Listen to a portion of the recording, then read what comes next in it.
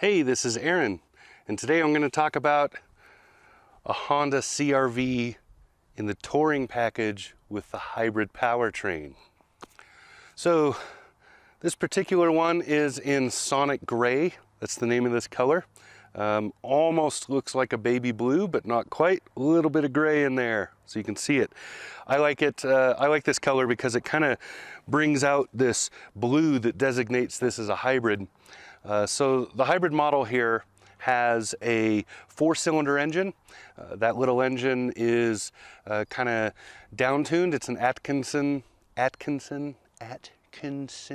cycle with a hybrid everything else, right? So it's running with it's still all-wheel drive. So this Honda, even with the hybrid, this is still all-wheel drive, and it's running the motor through the transmission in order to create that hybrid powertrain, do the brake regeneration, all of that stuff.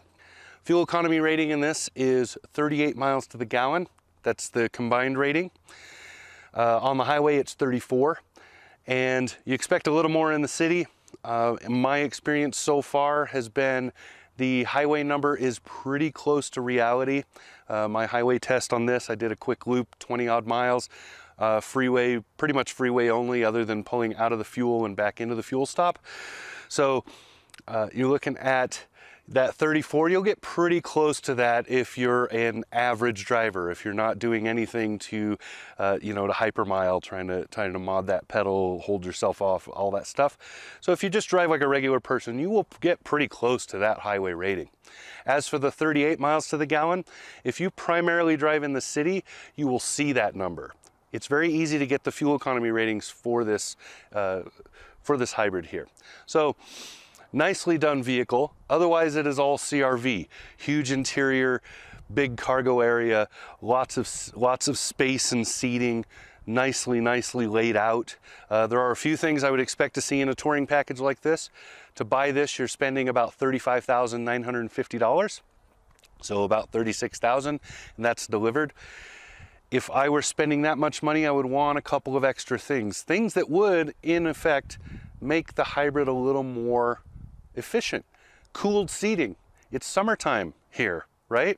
Even in Wyoming, summertime means 80 odd degrees a day.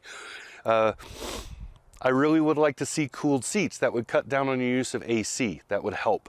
Also, just the adaptive cruise works really well.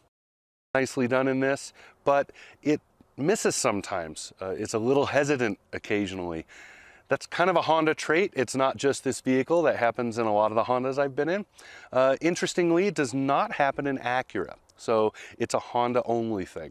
I like the ride quality, rides really well. Feels good to drive it.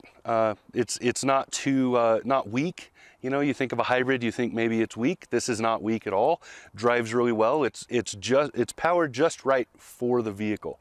It's not fast, but it's not slow. So it still feels like a Honda to drive it.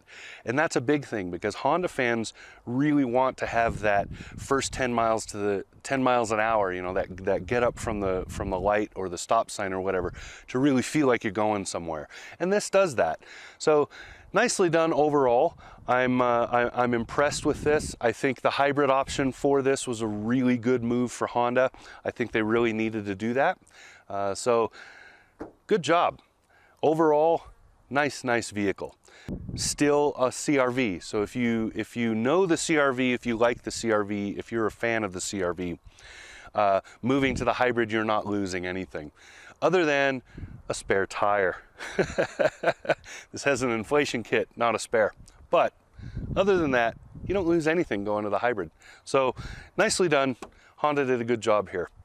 That's what I got.